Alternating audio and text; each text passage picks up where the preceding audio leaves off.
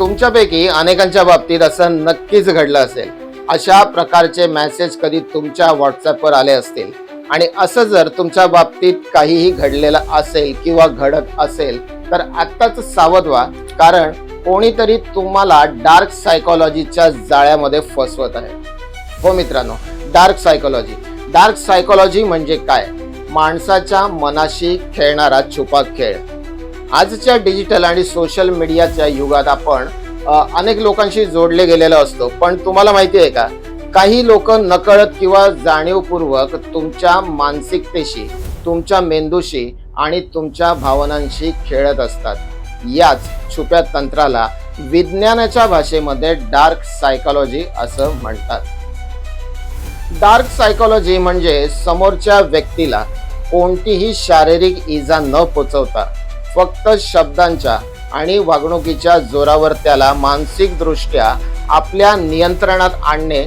सोप्या भाषेत सांगायचं झालं तर एका व्यक्तीच्या मेंदूचा आणि भावनांचा ताबा घेण्याची कला, यालाच म्हटलं जातं डार्क सायकोलॉजी। सगळ्यात आधी आपण पाहूया डिजिटल जगातील डार्क सायकोलॉजी।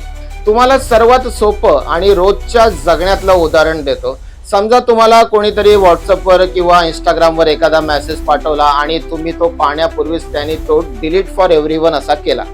इथूनच होते डार्क सायकोलॉजीची खेळाची सुरुवात। मेसेज डिलीट झाल्यामुळे तुमच्या मेंदूत प्रचंड उत्सुकता आणि अस्वस्थता निर्माण होते।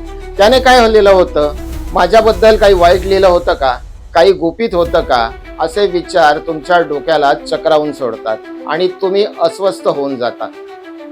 समोरच्या व्यक्तीने कदाचित तो मेसेज चुकून पाठवला असेल, पण डार्क सायकोलॉजी वापरणारी लोक मुद्दाम असे करतात। यामुळे तुम्ही दिवसभर फक्त आणि फक्त त्याच व्यक्तीचा विचार करत राहता। तुम्ही लक्ष पूर्णपणाने त्याच व्यक्तीकडे केंद्रित केलं जातं। काय होता तो मेसेज, का डिलीट केला, त्याने काय लिहिलं होतं, तुम्ही दिवसभर हाच विचार डोक्यामध्ये घेऊन राहता। आता आपण पाहूया डार्क सायकोलॉजीने मानवी भावनांचा रिमोट कंट्रोल स्वतःकडे कसा घेतला जातो। कोणाच्याही भावनांवर म्हणजेच इमोशनल कंट्रोलचा ताबा मिळवण्यासाठी काही विशिष्ट पद्धतींचा वापर कसा केला जातो, या पद्धतीला लव्ह बॉम्बिंग असं म्हणतात आणि याची सुरुवात होते अचानक दुर्लक्ष करण्यापासून। सुरुवातीला तुमच्यावरती प्रेमाचा, कौतुकाचा प्रचंड वर्षाव करायचा आणि अचानक कोणत्याही कारणाशिवाय तुमच्याकडे पूर्णपणे दुर्लक्ष करायचं। यामुळे समोरची व्यक्ती मानसिकदृष्ट्या गोंधळून जाते आणि ती समोरच्याच्या मंजुरीसाठी म्हणजेच अप्रुव्हलसाठी काहीही करायला तयार होते। डार्क सायकोलॉजीचा पुढचा प्रकार आहे गॅस लाइटिंग। यात समोरची व्यक्ती तुम्हाला असं भासवायला लागते की तुम्हीच नेहमीच चुकीचे आहात, मी असं बोललोच नव्हतो, तूच विसरतो किंवा तुला संशय घेण्याची सवयच आहे, असं वारंवार म्हणून तुमच्या स्वतःच्या स्मरणशक्तीवर आणि आत्मविश्वासावर प्रश्नचिन्ह उभं होण्यापर्यंत ही व्यक्ती तुम्हाला त्या पातळीवरती घेऊन जात असते। काय आहे इमोशनल ब्लॅकमेलिंग? जर तू माझं ऐकलं नाहीस तर मी स्वतःला काहीतरी करून घेईन, तू माझ्यावर प्रेमच करत नाहीस, अशी वाक्य वारंवार तुमच्या मनात अपराधीपणाची म्हणजे तुम्ही स्वतःला गिल्टी फील करण्यासारखी वाक्य बोलली जातात। आणि आता आपण पाहूयात तुमच्या मेंदूशी खेळणारी काही व्यावहारिक उदाहरणं। The silence treatment. भांडण झाल्यावर काय चूक झाली हे न सांगता पूर्णपणे बोलणं बंद करणं। यामुळे समोरचा माणूस इतका अस्वस्थ होतो की तो स्वतःची चूक नसतानाही माफी मागायला तयार होतो।